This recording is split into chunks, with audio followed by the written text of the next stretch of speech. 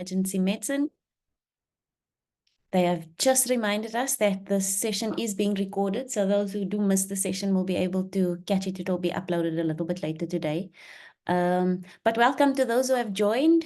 I'm sure there might be a few more people joining a little later, but we're going to start. So I'll start by introducing myself. My name is Meghan Botes. I am an emergency nurse. I work at the University of the Witwatersrand in Johannesburg, South Africa. My specialty is emergency nursing, and I teach in the undergrad program and in the postgraduate department as well.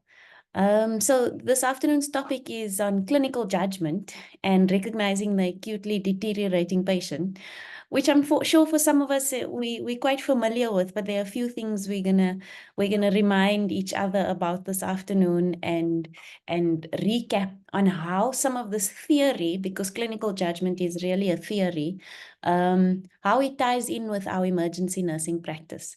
So I do hope that you enjoy the session this afternoon. Please feel free to ask questions either in the chat, or you are welcome to unmute yourself and ask a question if you need to. So yes, let's begin. Okay, so clinical judgment, if we're going to define it, there's a very long sentence by Connor et al. From 2023. It says that clinical judgment is the ability to clinically reason using information and evidence available. The ability to draw on one's knowledge base in context, including theoretical education and knowledge and clinical experience, again, in context, and the practice of employing reflective process to nursing actions that include consideration of patient, family, interdisciplinary team, and self. These are all the attributes of clinical judgment in nursing. Now, that is a long sentence. And what we're going to do is we're going to break down little bits of that using Tanner's clinical judgment model, and looking at how it affects our practice in emergency care. You'll see that clinical judgment is sometimes used as interrelated concepts, can be clinical reasoning, critical thinking, and clinical decision-making, which all kind of talk about similar aspects of clinical judgment. So this is Tanner's model of clinical judgment. Tanner's model of clinical judgment is quite popular in nursing because it talks about the process of how nurses make judgments and decisions. So you'll see that it begins there with the background. And this is how a nurse enters into the clinical judgment process. It takes into consideration the nurse's knowledge, experience, ethical perspectives, as well as the knowledge of the actual patient. And all of these feed into the clinical judgment process. And as we go through the different steps in the process, we'll be able to see how these aspects are really important in determining how we make judgments and how appropriate they are. So Tanner's model of clinical judgment, the actual cycle of clinical judgment is noticing, interpreting, responding, and then reflecting. And it's a cyclical process, but also you'll see there are some feedback loops in different places. Now, this cycle of clinical judgment starts with noticing. And if anyone here has ever worked in an emergency department, you will know that noticing a deteriorating patient can feel sometimes a little bit like this. So I'm going to leave that up on the screen for a few seconds. And I want you to try and notice or spot the differences between the two pictures. There's a lot of clutter, lots of color. But let's see, you can put it into the chat if you see any, or you can just unmute yourself and tell me what you think if you see any obvious differences between the two.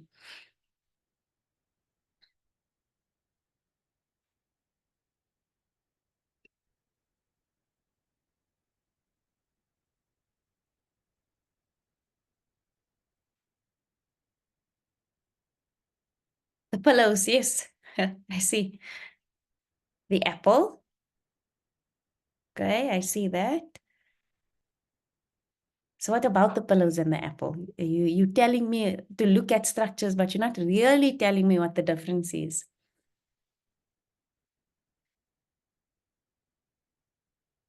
I'll give it about 30 more seconds. Stretch your brain a little bit for the afternoon.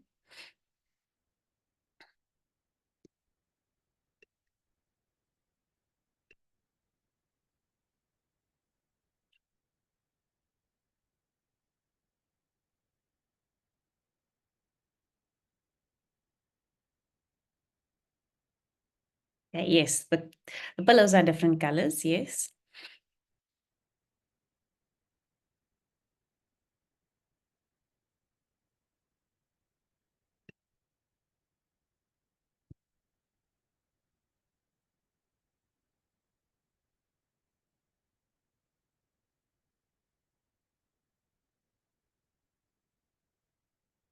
The blocks, different sizes and colors. Okay, I'm not sure which blocks.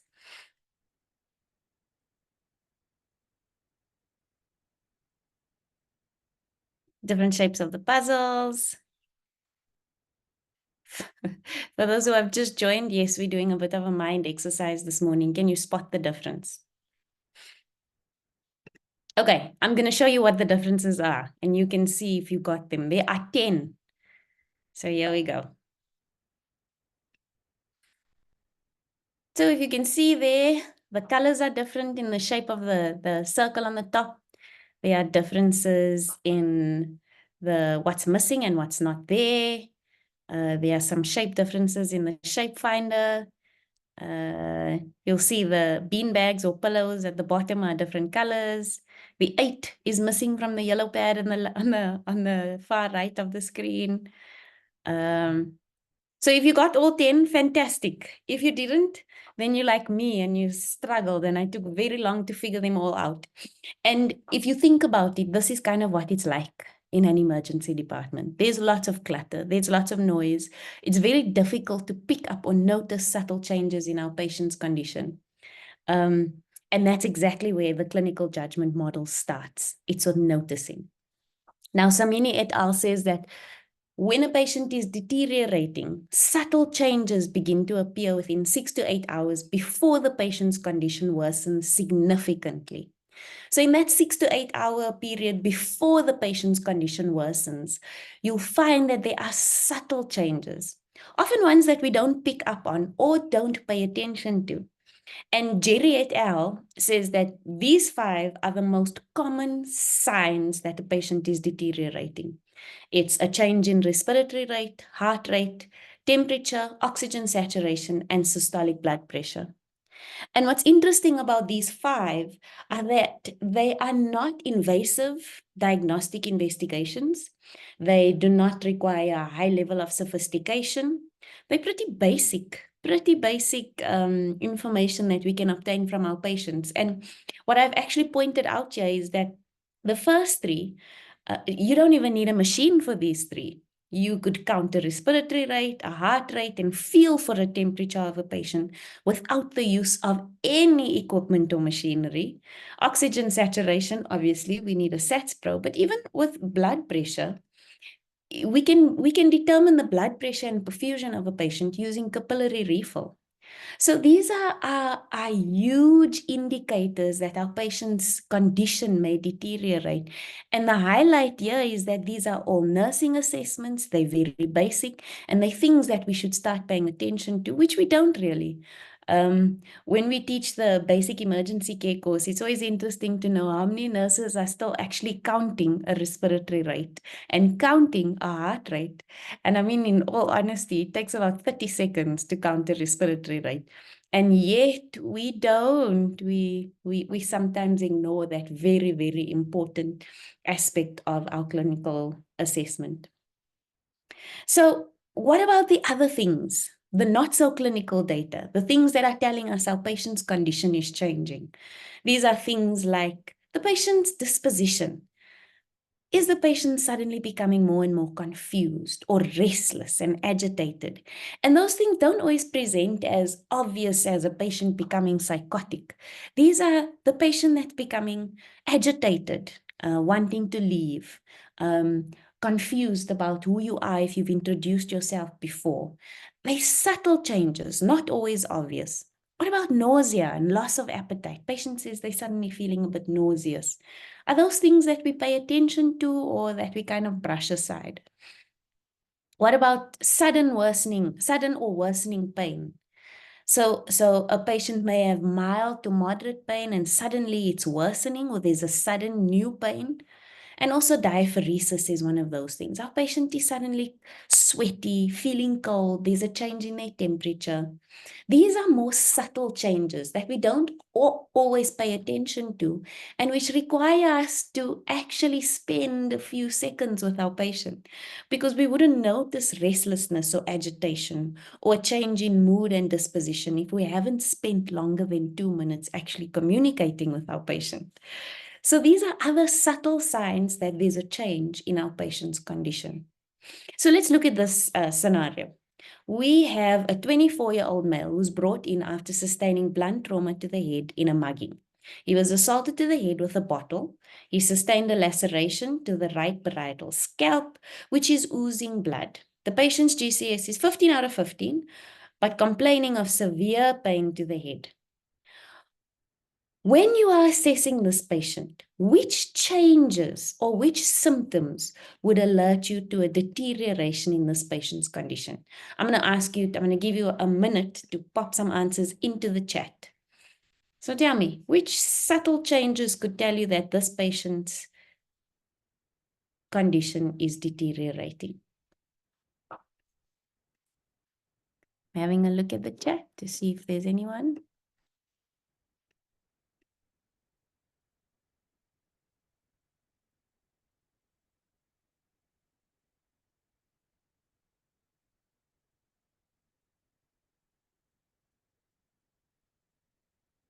Oh, you're welcome to unmute yourself.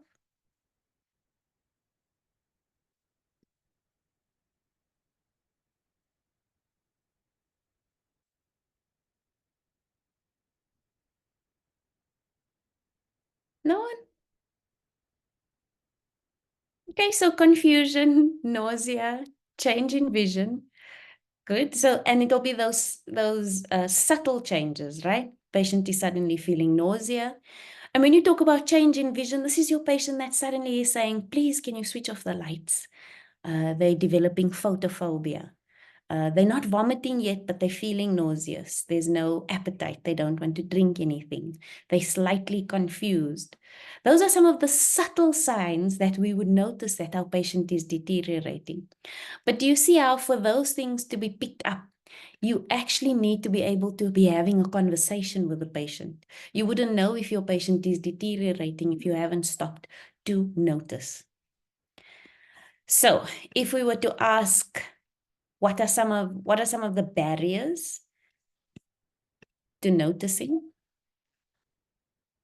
So of course, in the emergency department, it's competing attention, it's time, and all the administrative tasks we have to get through, the paperwork, the workload. So how many patients do you still have to get to? After you've already assessed this patient, you've deemed that they are safe, they are stable, and you walk away because there are other patients to see to. Sometimes it's poor triaging. And sometimes it's an over-reliance on machine-based data. So we don't take the time to assess our patient using our very own senses, our eyes, our ears, our touch. Are we able to pick it up by just noticing? And the challenge there for change in noticing is, first of all, engaging with our patient, communicating with our patient and our family members. Now, the family members of a patient are very important in clinical judgment, and sometimes we forget that because your family member is usually the first person to notice a change in a patient's condition. They will notice firsthand if there's a change in confusion. If the patient is suddenly in pain, they will be the person that they confide in. So being able to listen to both our patient and our family members gives us a good chance of noticing a deterioration. And then, of course, touching our patient, actually doing a physical assessment and not relying on the BP machine, the SATS probe, the ECG leads, but actually doing our own physical assessment not only gives us the information at our fingertips, but it also allows us time to engage with the patient to be able to notice a difference. So that's our challenge for improving noticing. So if we move now to the next phase, once we've noticed that there's a change in our patient's condition, we have to do something with that information. And that's the next step, is interpreting. So interpreting basically means making meaningful sense of the data. And I'm afraid sometimes as nurses, we're guilty of not making meaningful sense of data, but just writing it down or reading it. Reading it, the respiratory rate is 22, the saturation level is 90, the heart rate is 120. We can read vital signs very well and write them down. But sometimes we forget to make meaningful sense of it. What does this mean? How do we interpret the data? Is it telling us that our patient is in distress, that there's a change in condition, that there's something we need to pay attention to? And that's what interpreting is about. So you go from noticing to taking the information and making sense of it. And often in the emergency department, we have tools for making sense of our data. We can use our triaging and screening tools. We have the TEWS, the MUSE for early warning signs. We have our SAT, South African Triage Score, early severity index. We have emergency severity index. We have high rate. We have different tools that help us to interpret this data and make sense of it. So this interpreting phase can sometimes be done without a tool, but it can also be done with some of these tools that help us be able to prioritize, help us to be able to see what our patient is in need of immediately or later on, and what we should still be looking out for. And these 5 aspects that Jerry et al. Talks about that are common signs of a deteriorating patient are all included in all of these tools. And so we have to become familiar with them and make sure that we know how to use them well in order to interpret our data to make good decisions. So once we have interpreted the data, we then need to understand what the data means. So for instance, in this scenario, we have a 4-year-old male patient who presents to the emergency department with a history of fever, cough, and appears lethargic. On assessment, he has a pulse of 105 beats per minute, normal capillary refill, and a respiratory rate of 37 breaths per minute. How would you manage this patient? How would you make sense of this data? What is the data telling us?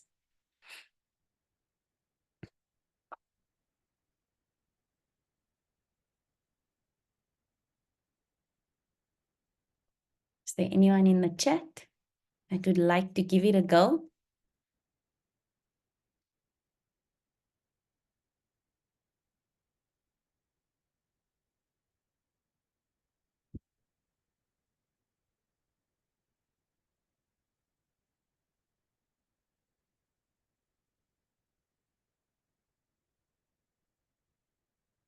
Okay, I'll refine the question. A respiratory rate of 37 breaths per minute. Type in the chat, normal or abnormal?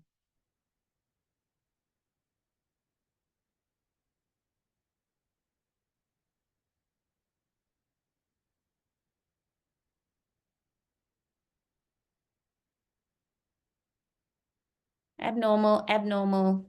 We've got some brave souls willing to share. Another abnormal. And if you didn't know the normal respiratory rate of a 4-year-old, I'm pretty certain you would have Googled it quickly. Abnormal, tachypnea. Okay, next question. Would you intervene or not? Yes or no?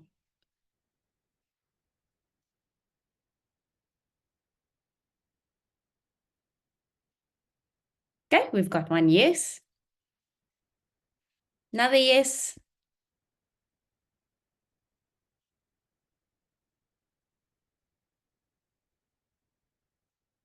Yes, yes. Another yes. Okay, fantastic. So overall, we've got yeses. And this is exactly what is required. So often, sometimes we think a slightly borderline abnormal result indicates that we don't have to intervene. You'll see often patients with respiratory rates that are slightly higher than normal, and there's no intervention. But actually, this is a sign of something that is either to come or that is already happening. So a borderline abnormal result can sometimes be mistaken for something that we shouldn't intervene in, but we should. Yes, we need to intervene in this patient. This patient has a borderline upper increased respiratory rate and is in need of support. So yes, we would give this patient oxygen. So what are some of the barriers to how we interpret the data? So because in Africa, we have many different subcategories of nurses. We have different levels of knowledge. And sometimes the lack of knowledge or the lack of knowledge of normal ranges and what is abnormal and normal can also be due to a poor access to information. Like I said, we have information at our fingertips. We could Google normal ranges in a second. And sometimes just being able to access that information is important. We sometimes have a lack of resources. There's once again, an over-reliance on machine-based data. So we aren't able to interpret our own findings and actually make an assessment and a judgment based on our own physical assessment and findings. And of course, always workload. Always workload. We have high patient acuity, high patient workloads, and sometimes this can interfere with how we interpret the data. But the challenge for us to change is to heighten our sensitivity. It's to say, I'm going to be sensitive to the slightest abnormality. And sometimes it doesn't always mean that we have to intervene, but it means it must be reported, must be recorded, and it must be communicated within the team. The slightest change, once it is acknowledged, has so much power for that patient. And it's important that there's such a high rate of mortality for patients who were not detected in that 6 to 8 hour period. Whereas if we pick it up, we report it, record it, and communicate it, we are able to make sure that our patient has the intervention before they deteriorate. So this is important to heighten our sensitivity. So I'm going to pause there for a few seconds if there are any questions before we move on to the next one.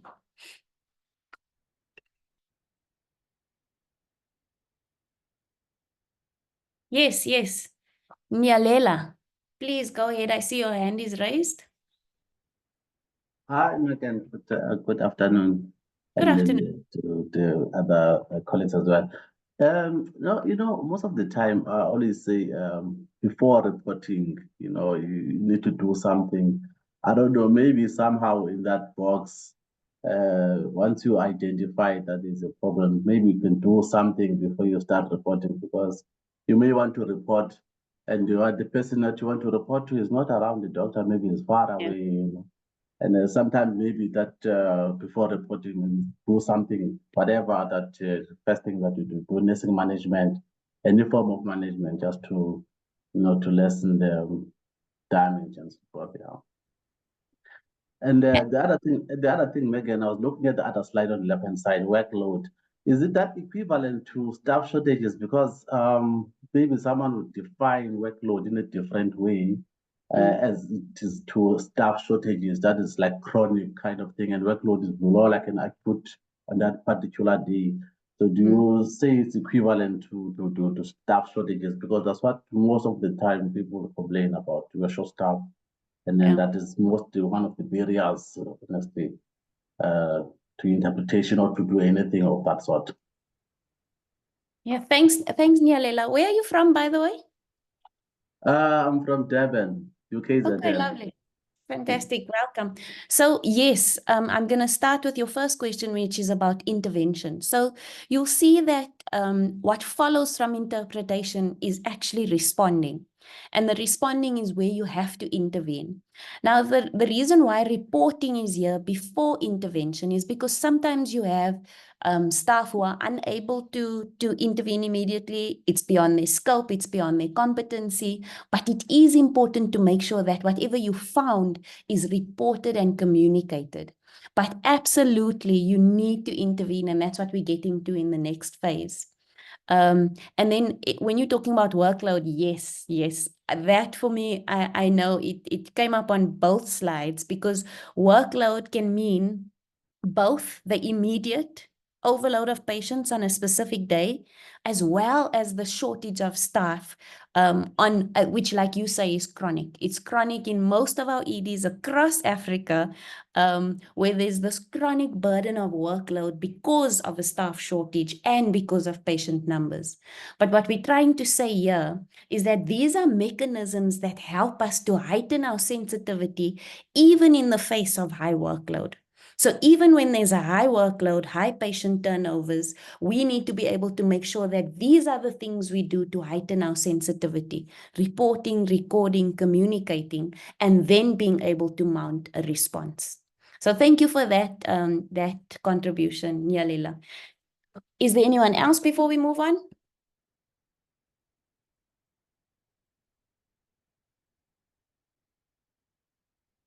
Okay, so we're going to now move to the next phase of our cycle, and that is responding. So Clayton 2019 said, hesitation and uncertainty cause delays in life-saving interventions and contribute to poor patient outcomes. And this article is quite fascinating. I've put all the references in the end if you'd like to read it, because it talks about nurses' hesitancy in intervening when they do notice and interpret that the patient's condition has changed. And these are some of the basic life-saving interventions that we can perform. It includes things like suctioning a patient, glucose testing and oral administration of glucose, fluid administration, oxygen therapy, and patient positioning. Now, these are just 5 of many, but the thing that I want to highlight about these basic life-saving nursing interventions are, number 1, that they are nursing interventions, and number 2, that they are basic. Sometimes we think that life-saving interventions go as far as resuscitation, inotrope administration, CPR, use of a defibrillator. We sometimes think that those are the only life-saving interventions, but actually our basic nursing interventions can prevent the acute deterioration of a patient to the point where they need resuscitation. And these things are so important for just preventing that deterioration to the point where a patient now needs to be resuscitated. And sometimes I think as nurses and emergency nurses, we forget how basic but how powerful these things can be.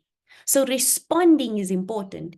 And if we start to emphasize how important these basic interventions are, and we ensure that we keep our skills updated and our competency in these very basic skills, we then increase our patient outcomes, we improve our patient outcomes, and we prevent that deterioration of a patient. So the thing that I want to highlight here is that life-saving interventions are nursing interventions, and they are basic and they save lives. So we've noticed that there's a problem. We've interpreted the data so that we are able to prioritize and respond appropriately. And once we've responded, we then move to the next thing. But some of the barriers to responding, I'm sorry, there's an error on the slide there. It's supposed to be barriers to responding. Are these things that the literature has told us about. Oh, there's so much literature about nurse hesitancy. And some of the reasons are we have poor supervision. So even where we have nurses who feel they have a lack of confidence, or they've had a loss of competency. It requires supervision in the clinical area, supervision of our subcategories, supervision of our newly registered nurses, even supervision and accountability or support for even our veteran nurses, who sometimes you lose your skill, sometimes you lose that ability to notice and interpret.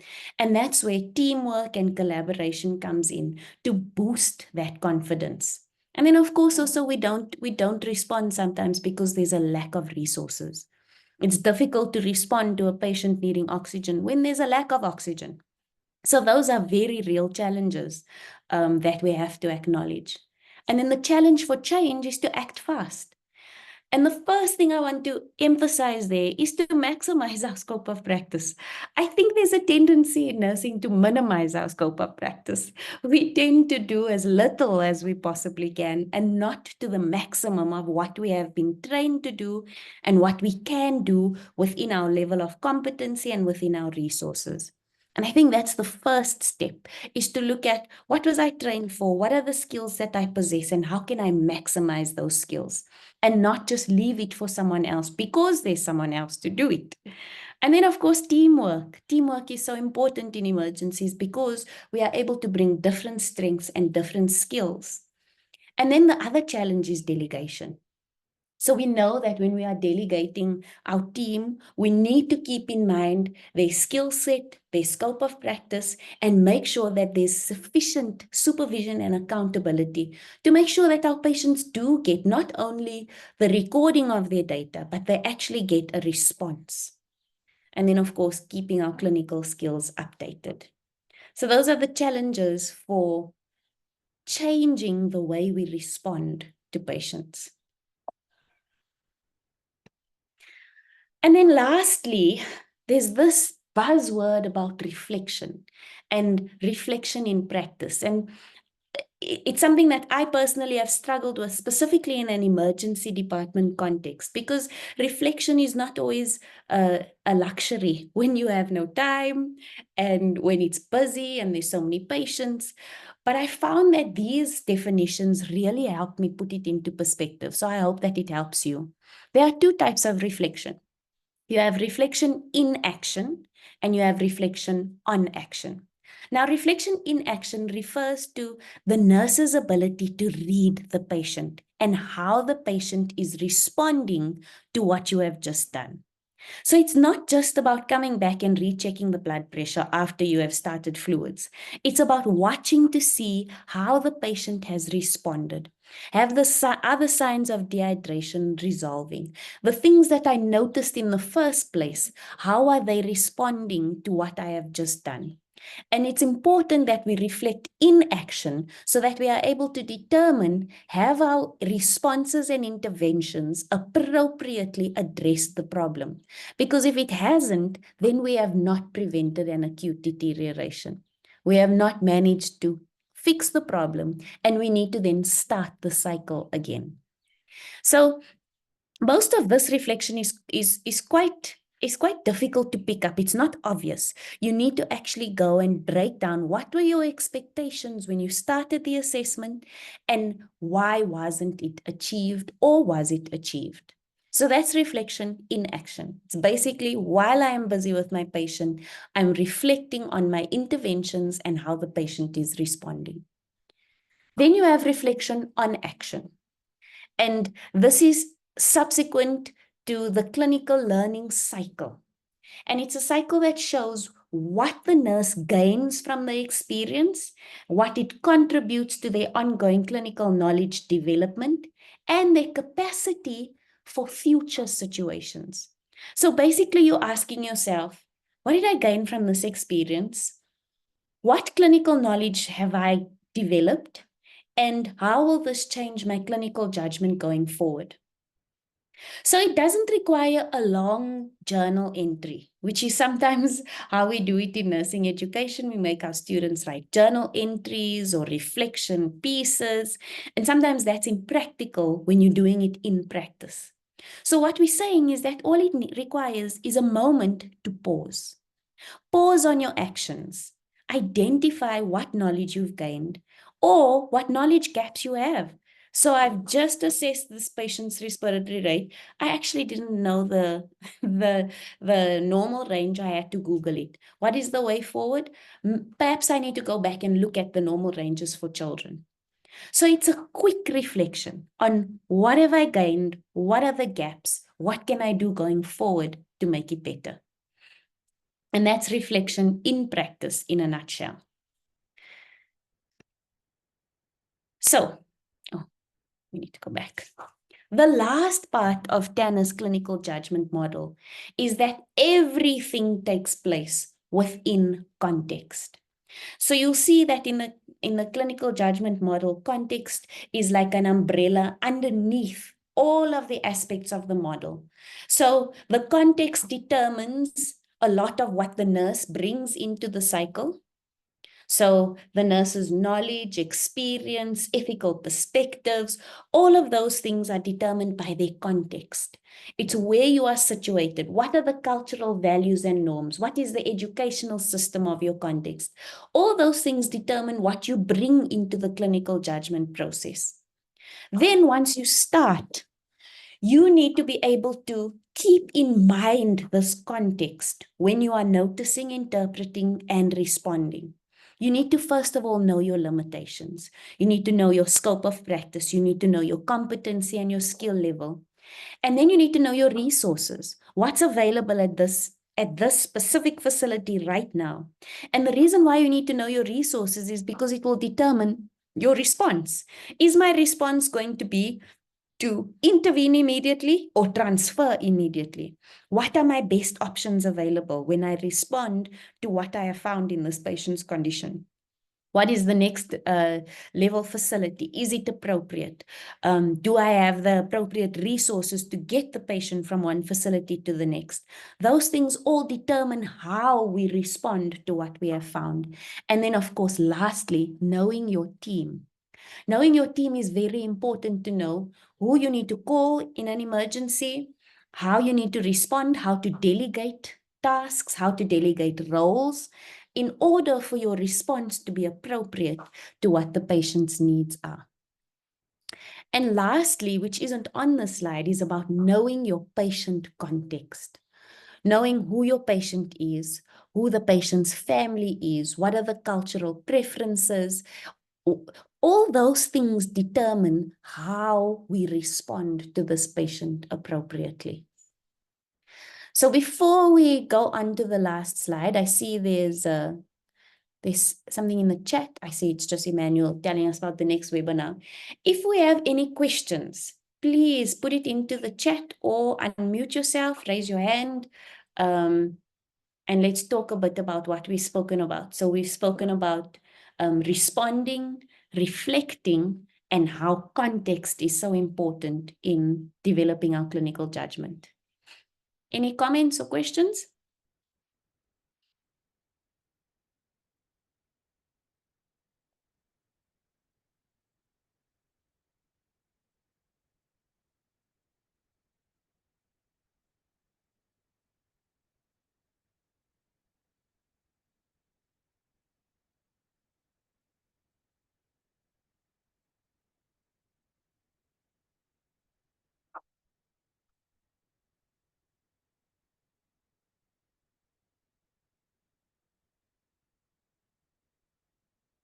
Okay. If there are no comments or questions, I see Nyalela, you back. Please, go ahead. Yeah, I'm back. No. I wanted to comment about the real importance of responding, uh, as it is equally important to interpreting and not and noticing. Yeah, but yeah, I'm saying that I think it's more linked to knowledge. So I think we would take away all these issues of confidence and hesitance if knowledge was there. Because I am saying that based on my experience, whereby if you are working in the ICU and you transfer patients to the wards, and you find that patients in the wards, simple, they die from just suffocation, from secretions, simple thing, just to take a suction and suction out the secretions. And you come there, you do the rounds, ward rounds, and you find out patients are drowning in secretions, and you ask the nurses, why no suctioning? They don't know how to. and that equals to lack of knowledge.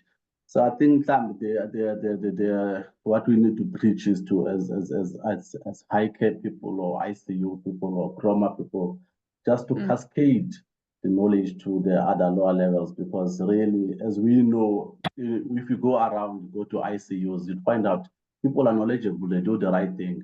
But what happens is that when you go down there to lower levels of care, and then you find out where the problem is, the patients are suffering, a lot. So I think responding would be much more meaningful if really we can take care of it and try to do some kind of teaching in the wards.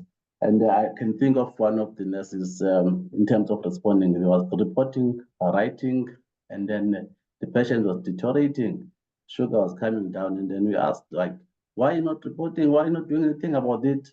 The sugar is low as one, And then said, no, but I reported confidently. So I've recorded.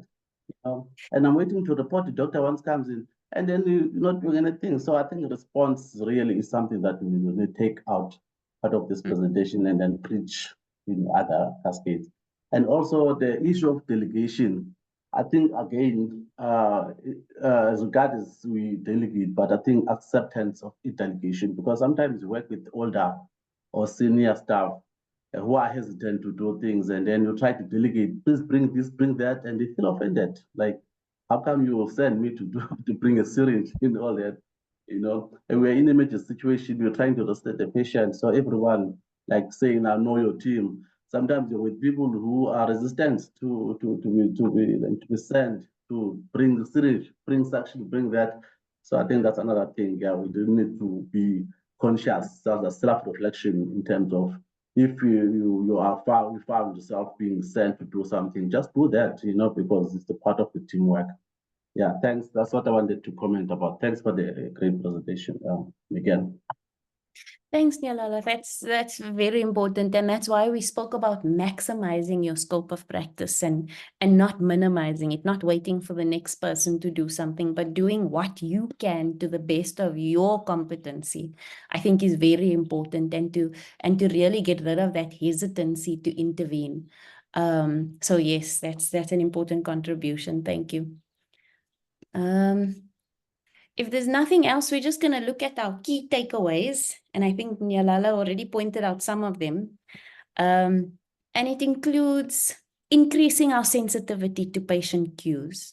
So it means using a bit of intentionality when we're noticing signs of deterioration. Pause, take a moment to notice, engage with the patient. And then, of course, interpretation requires access to information and teamwork. And like we said, reducing that hesitancy to intervene, not waiting for the next person, but doing what we can within our scope and our competency. And then, of course, reflecting always allows us to keep learning and improving our clinical judgment. So that brings me to the end of the presentation. Thank you for your attention. If there are any questions or comments, please feel free to put them in the chat. And these are some of the articles that I spoke about that we use that are really, really interesting and important articles. Any questions or comments? Hello. Yes. Yes, my name is Samuel. Thanks, Samuel. Yes. Thanks for this powerful presentation. It's very helpful at this particular time. And I would like to make a short comment. But it's also like a sign of caution to emergency nurses, especially when you switch job or you switch facilities or you get another role in a different hospital. Every hospital, as we all know, have their own set of rules and how their procedures and guidelines and standard of practice is in a particular hospital. So anytime you are going through these patient assessment and identifying warning signs and all that we have learned today, you have to cross-check that with your job description specific for that new environment. Because I find that to be one of the biggest conflicts. Yeah. And yes, when people switch hospitals, and it is one of the sources of problems for newly hired emergency nurses. You find a problem and you know definitely it's within your competence area and you know how to fix it. But your facilities, restrictions, and standard of practice is limiting you, and it's actually a huge source of frustration. So, and this has actually landed a lot of emergency nurses and other nurses in general in trouble to the extent that some have even lost their licenses. So we should be careful and deal appropriately when we are in different environments. Thank you. Thanks, Shamuel. Absolutely. And that's why I wanted to emphasize context so much, that we must understand our context. And that includes understanding the standard operating procedures and limitations within our specific contexts and facilities. So yes, thank you for that contribution. There are any other contributions? Shamuel, if you can just mute. Yeah, Thank hello. you.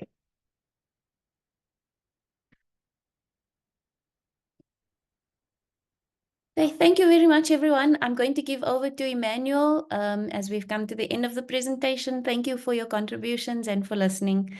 Sorry, And have a Meghan. lovely afternoon. Sorry, Meghan. Yes. Yeah, the famous question, like, is it how possible it is to get your slides? Oh, I'm not sure who's talking at the moment. Nyalela. Oh, Nyalela. Emmanuel, I'm wondering if you can let us know how that would be possible. Yes, that's true. So this webinar has been recorded. We will put the videos on the FM website. I've shared the link earlier, and then we'll add in addition to that video the slides. Thank you very much. Yeah, Megan, if you're happy, if you just send over the slides, I can attach it to the link that will be found on the AFM resources website where all of the other webinars are. Sure, I'll do that. Right. Thank you very much, Meghan, for this wonderful presentation, and thank you all for participating.